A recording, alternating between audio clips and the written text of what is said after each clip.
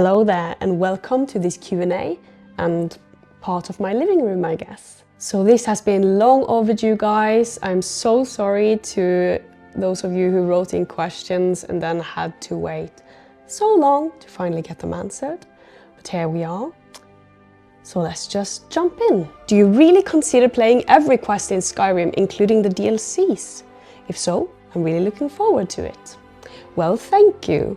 And you know, unless something really drastic happens in my life, I think I'll continue playing Skyrim for as long as I find new things to do. So if I am to believe what people are saying about this game never really finishing, I think we're in for quite a long ride. Since you've played Skyrim, do you have any plan to do a playthrough on Oblivion or Mowind as well? Also, thank you so much for the other kind words in your comments.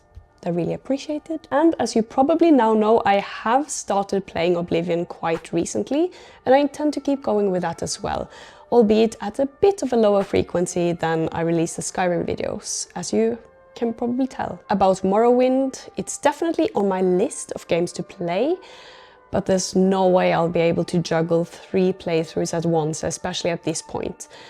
So, you know, at this pace, maybe in about 4 years. And who would write or play the soundtrack to a biopic about you? Who would play the lead role? Very fun question, but it's a challenging one to answer. I do feel a lot more confident in my choice of composer than I do actress. So for the music, it would be an honor and a privilege to have the great Philip Glass compose the soundtrack. He's definitely one of my favorite composers, and the way his works are generally structured just feels so safe and challenging at the same time. Like it lulls you into what you expect to become almost routine and like a rhythm, and then throws something new at you, but often subtly, and then suddenly you're somewhere else. And I feel like that's my life sometimes. For actress, although she's quite a bit older than me, it would be an honor to be portrayed by the great Drew Barrymore. I just love her great mixture of radiating empathy while at the same time not being afraid to speak her mind and being unapologetically herself, which certainly are qualities I aspire to possess to that degree. How did you get into gaming, and when did you decide to start a YouTube channel? So the first video game console I ever personally owned was a PS1 back in 2000 or 2001. And the only gaming I'd done up to that point was playing solitaire or pinball on my grandparents' computer. And although I did have a ton of fun with the PS1, back then when I was 4 or 5 years old, my playtime was restricted to 1 hour per week, so definitely not a gamer by any standard at that point. When we got our PS2, that's when things really ramped up, and aside from things like the Sly series and Need for Speed, especially Most Wanted, most of my time on the PlayStation 2 was spent playing DDR or Dancing Stage. I still bring it out now and again. I absolutely love rhythm games, although I mostly play Beat Saber these days. But in general, I am quite good at rhythm games, although you always feel like 50 times cooler than you actually look and get humbled every time you see yourself doing them. But I never saw myself as a gamer really, because I steered away from anything with combat, as I wanted gaming to just solely be a relaxing experience without fear of dying being part of it. So although I did spend a lot of time with rhythm games, the Sly series, and a lot of Lego games actually, it wasn't until a cousin of mine introduced me to the first Horizon game that my door really got opened to a different genre of games. And that Horizon game really made me step out of my comfort zone in terms of combat, but it also really opened the door for me to experience open world games, and I realized that I absolutely love them. And yeah, it's simply been a joy from there. Now, about starting a YouTube channel, this is not the first thing I've done on YouTube, and even before that I've always had a blast creating videos with my friends. But the very first videos posted to this specific channel way back in 2016 were basically gym vlogs and exercise explanations, etc. And although most of them got between 100 and 1,000 views, I still just loved posting them whenever I felt like it. Then I got less time for it, and eventually I just pivoted away so that my time at the gym could be spent a lot more efficiently. So at that time school was really intense, but of course I still wanted to make videos. So I created content akin to like study with me videos, flip through of my notebooks, describing my setups for the semesters and how to structure things to get good grades. So to summarize, I've always really had like the desire and drive to create videos, whether it's for my family and friends or just to show a small group of people on the internet, or even just for me. It's just incredibly fun and rewarding, and very often tied to other interests or passions of mine. So then last year, when I decided to revive the channel, it felt natural to jump into something that I already spent quite a bit of time doing, which was gaming. So here we are. What's your favorite TV show of all time? And would you ever start a reaction channel?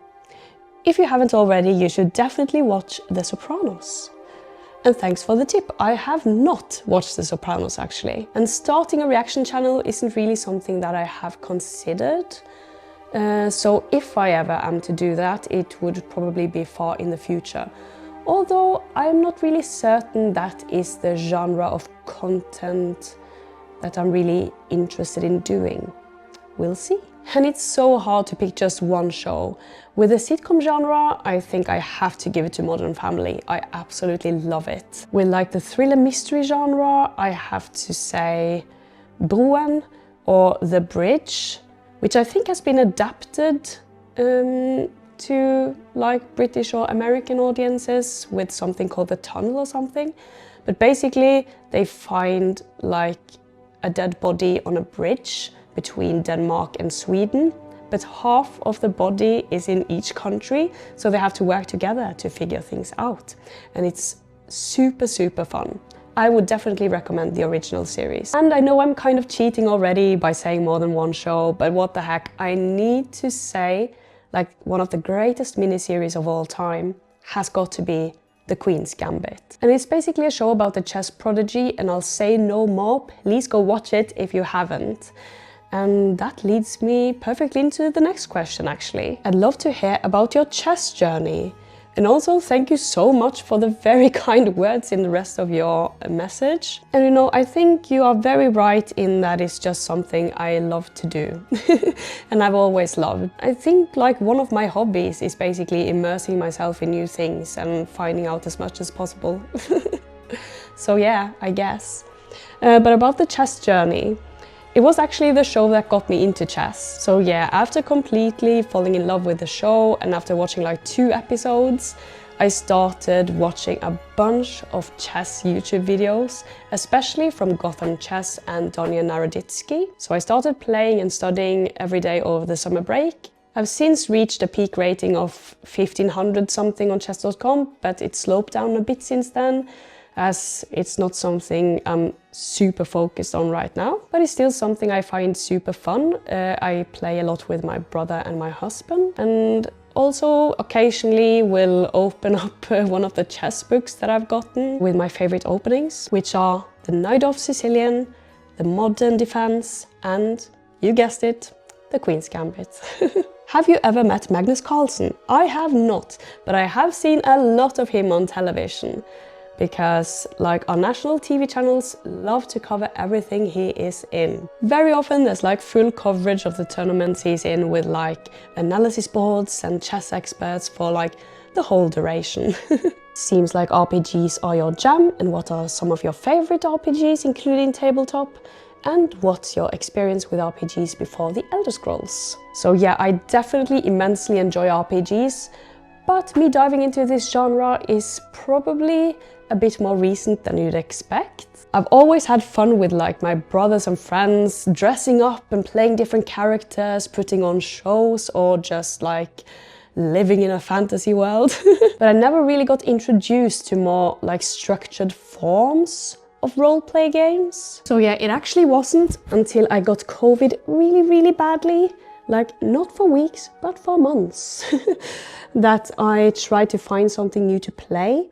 and ended up discovering Baldur's Gate 3. Yes, is that right? Yes. Sorry, little cameo there from Freya. I fell instantly in love, both with the game and Astarion. I eventually learned that it was all based on a structure like D&D, which I'd also just vaguely heard of but never ever tried. And when I gradually recovered from COVID, I had the energy to play Baldur's Gate 3 with a good friend as well, and we started toying with the idea of actually playing D&D ourselves. So we got 3 more friends together, which were quite hyped for it, and we are still going with our first ever campaign, which I've homebrewed and currently DMing. Have you ever played the Bioshock series? I have not. I have only heard, like, vaguely the name of the game, but I have absolutely no idea what it's about or what the setting is, etc. Is it worth giving a shot? And speaking of other games, would you consider doing a full playthrough of Dragon Age Origins plus the DLCs on your channel, similar to the Skyrim playthrough? For now at least, I am sticking with the Elder Scrolls universe, as I've just completely become like mesmerized by it, and I feel like there's still so much to discover here, and I really want to just dive in completely. That's not to say I won't try other types of games down the line, but it's probably a bit far in the future, and I have never played a Dragon Age game before either, so it is certainly possible to do it blind. Although for now, as I said, I am sticking with the Elder Scrolls universe. As for recording D&D sessions, I feel like that would be very challenging, both for me and the people participating. It sounds amazingly fun in theory, but in practice they would have to be very comfortable playing their very meticulously and well-crafted characters on camera. And overall, it would feel a lot more performative than how we currently do it. Sometimes we take breaks to just chat about something funny, or we catch up on life. It's basically our little breathing room in our busy lives. I feel like it's honestly almost a different skill set entirely. Trying to create sessions that are solely fun for the players, versus trying to make it entertaining for an audience that doesn't know us, you know. So to summarize, although it absolutely could be fun, it's not something that I see happening. If you were at dinner with famous people and you could choose any living person to sit next to, who would you choose and why? Okay, no matter how much my brain tries to branch out to think of an interesting highbrow response, my heart goes back to the only correct answer: Sir Paul McCartney. I've been a Beatle fan since my early teens, and I deep dove into their history and music to such an extent that by the time I was 17, I was holding annual lectures at the local college about the band and their central role in music history. I've also seen both Ringo and Paul in concert, but being able to talk with the Paul McCartney in person, it would just be an honor beyond belief. With the risk of sounding extremely parasocial, we do not only share our love for music, but also hold a few common core beliefs, such as our love for the planet and animals. How do you like living in Norway? I absolutely love it. There's honestly no other country I would rather live in. And yeah, the nature is one aspect, of course, which I do appreciate, but I also highly value the way our society is structured, with our democracy, division of power, security, safety, and freedom. It probably sounds quite cheesy, but I genuinely do feel extremely lucky to live here. Would recommend. Are you a mariner? Do you watch Erik Onderå? I do enjoy the occasional boat ride, but I have never tried sailing.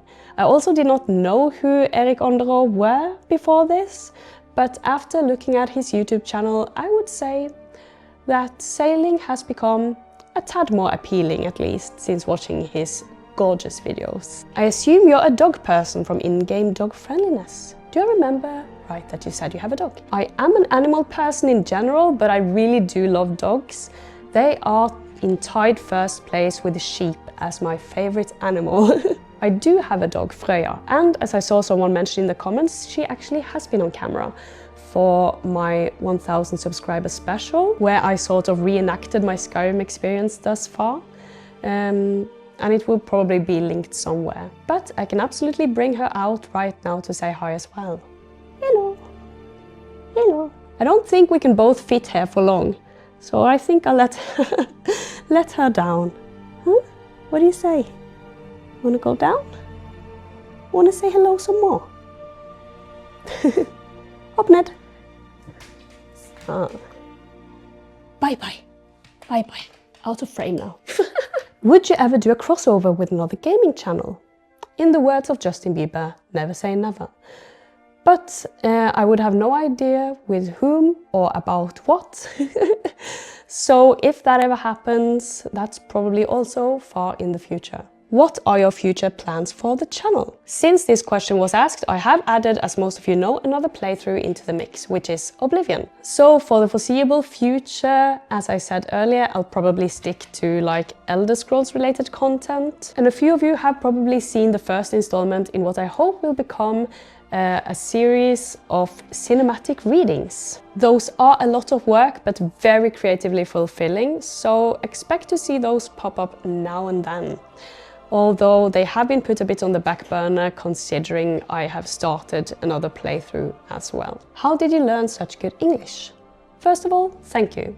And in general, I think Norwegians rank quite high when it comes to English proficiency. English is a subject in school from when we're like 5 or 6, and we also consume a lot of British and American media. Nothing is ever really dubbed here, excluding content meant for very young children. And in higher education, at least with the one that I took, most lectures and books were in English. So I even ended up writing my bachelor's degree in English because it would honestly be easier than having to try to find substitutions for a bunch of scientific terms that didn't really have great Norwegian translations. So, yeah, English is basically everywhere in Norway. You seem very immersed in your traditional culture. Are you a history lover? In some ways, I think most Norwegians have at least some pride in various aspects of like our cultural heritage. And that definitely becomes visible on our Constitution Day, the 17th of May. I wouldn't say I'm more immersed in our culture than the typical Norwegian. And I certainly had to do a bit of growing up before I really came to appreciate the value in learning more about history in general. So there probably are a lot of things that I am still quite ignorant of. But one thing that I do value quite highly, which I have in common with a lot of Norwegians, is our bunad. It is what I wear for very special occasions, including our Constitution Day. And the type of bunad you end up getting is basically supposed to have a design that originated in the place in the country where your ancestors are from. So since one side of my family is from the north of Norway, I chose the most beautiful bunad from that area, which is Nordlandsbunad. How do you keep from freezing to death? Lots of knitted sweaters. How did you hear about Skyrim?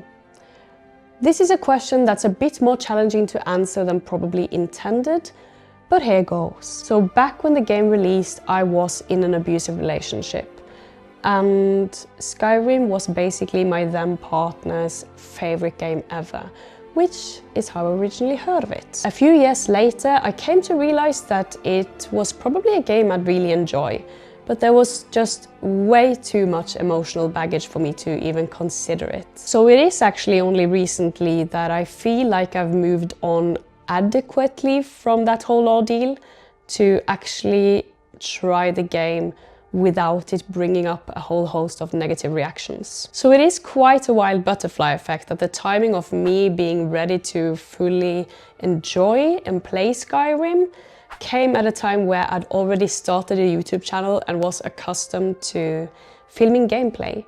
So yeah, you probably got a bit more than you bargained for with that question, but hey, that's my story anyway. What do you like most and least about the game so far? Most has got to be the very intricate, interesting and immense amount of law, if you couldn't guess it. Also, actually, honorable mention to like the lightheartedness and sense of humor that's just so effortlessly blended together with a very serious backdrop and story. And what I like the least about the game is probably what I like the least about most everything that I'm super passionate about and really invested in.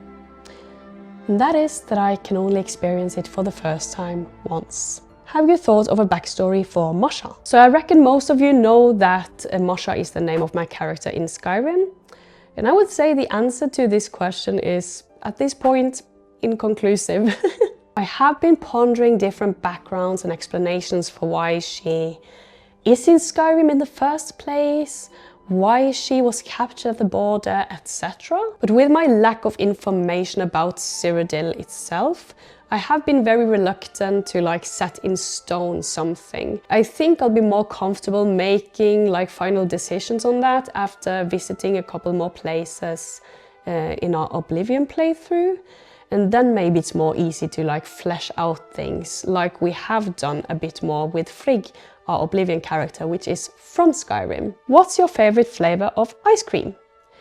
I hate to be the bearer of bad news, but I don't really have that much of a sweet tooth. Now put a bag of crisps in front of me on the other hand, and I'll probably inhale it in less than 15 minutes. But the last tub of ice cream that I did buy, which wasn't half bad, was Ben & Jerry's vegan cookie dough. What are your hobbies outside of YouTube? Obviously I enjoy playing games in general, and other than that, like drawing has always been a great passion of mine. The same goes for dancing, playing instruments and singing. And I also really enjoy working out, especially powerlifting. I also love reading and writing, and honestly just like doing deep dives on a variety of topics that I find interesting. Do you read books? If you do like reading books, what types of books do you like to read? Personally, I really like reading fiction and sci-fi books like Star Wars books.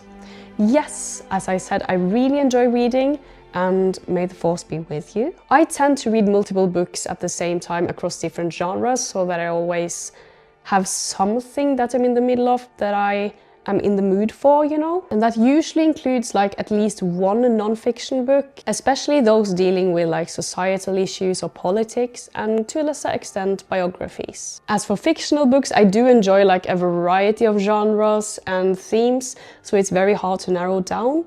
But if I were to just mention a few that I've recently read and did enjoy, I could say Kafka's The Trial and Jon Fosse's Nauste, or Boathouse, I think it's in English. And any Harry Potter book really, as I never stopped reading the series on repeat. What is your gaming setup?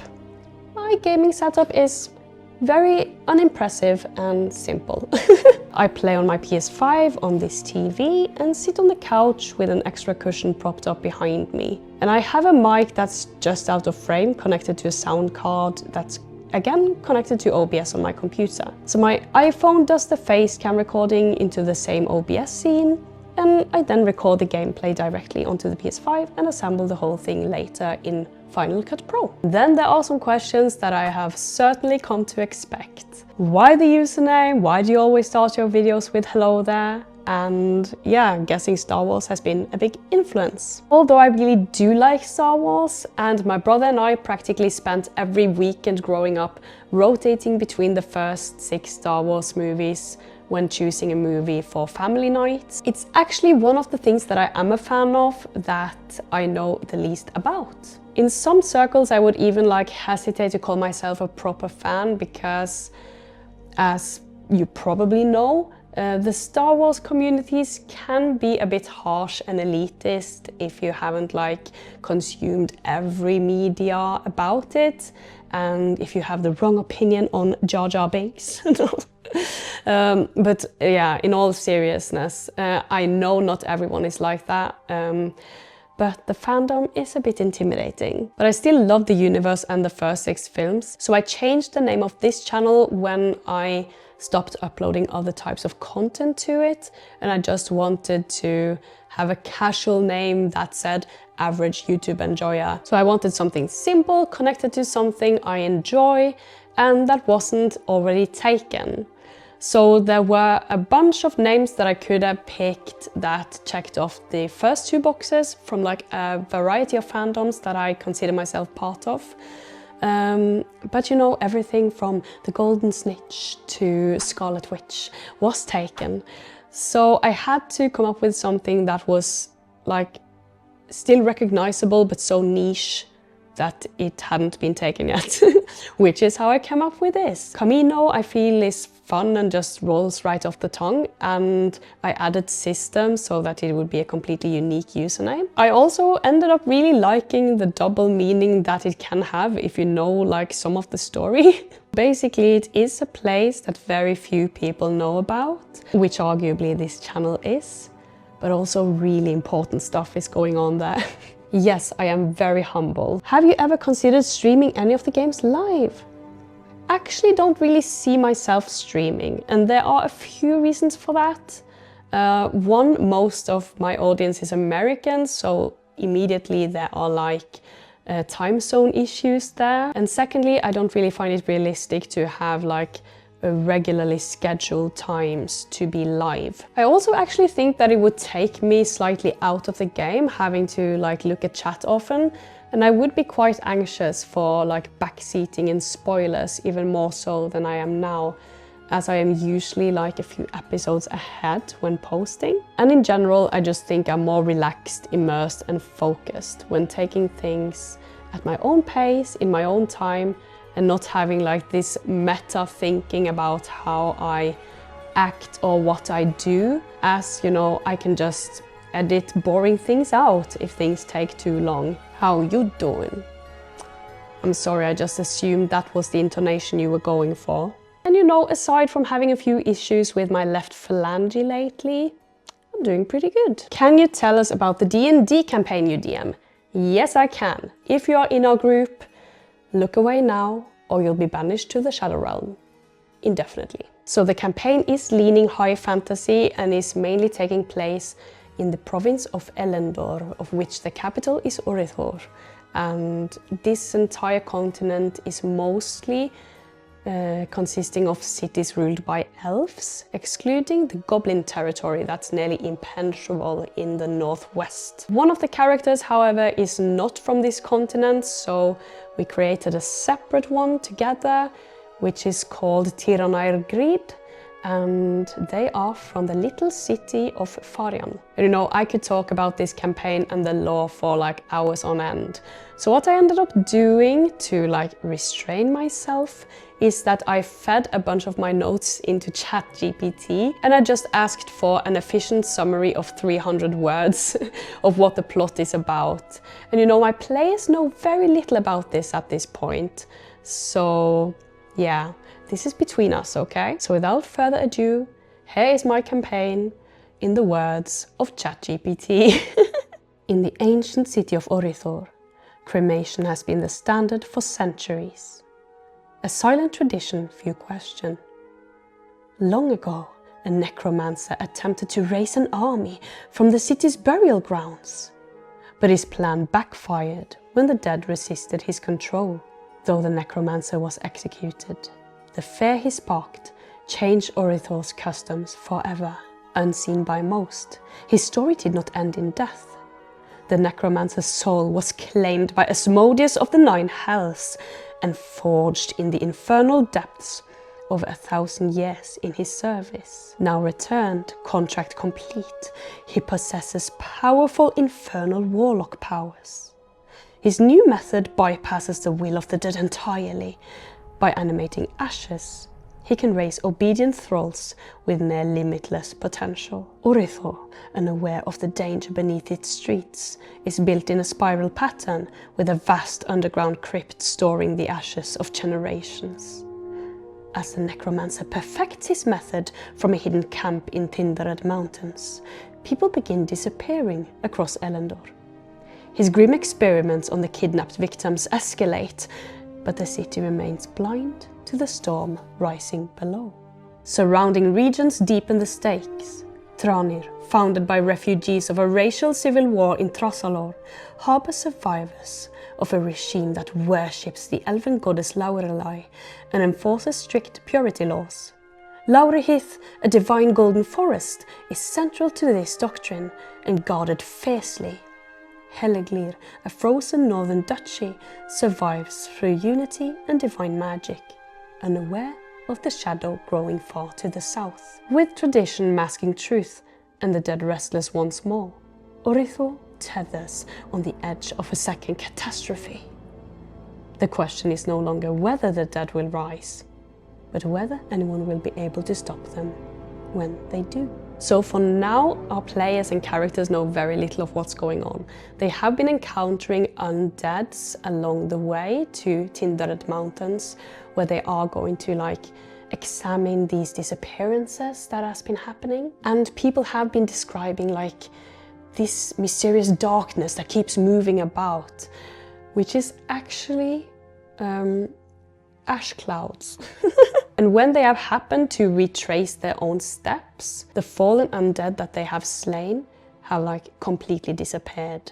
And basically what has happened is that they've turned back to their ash form, the way that the necromancer has practiced, rising them from afar and controlling them. So yeah, the way he moves them about is in these ash cloud forms. And then they reassemble, basically. So yeah, there's a whole lot of homebrewing in there, as you can probably tell. But we are having a blast, and I am super looking forward to them getting further along in the story and unveiling what's actually going on. Have you ever played KOTOR? I have not played Knights of the Old Republic. I hadn't really heard of it until people started asking me this, both in the comments and here. And the only console I've ever owned is a PlayStation anyway, and I don't think it's available on there. And I was 7 years old when it came out, to be fair, without any older siblings. So there is that. But is it worth trying still today? Who deleted your entry from the Jedi archives? This is not the system you are looking for. Move along. And what would be your sales pitch for Skyrim to someone who's never played, or it's not their standard type of game? Oh dear. Okay, are we doing this elevator style? Here we go. You see, Skyrim isn't just one game. It's an infinite amount of games, based on the different choices you make, what places and quests you discover, how you deal with them, and what type of character you make. I've only been playing since November, and I've already made note of a bunch of things I want to try differently in future playthroughs.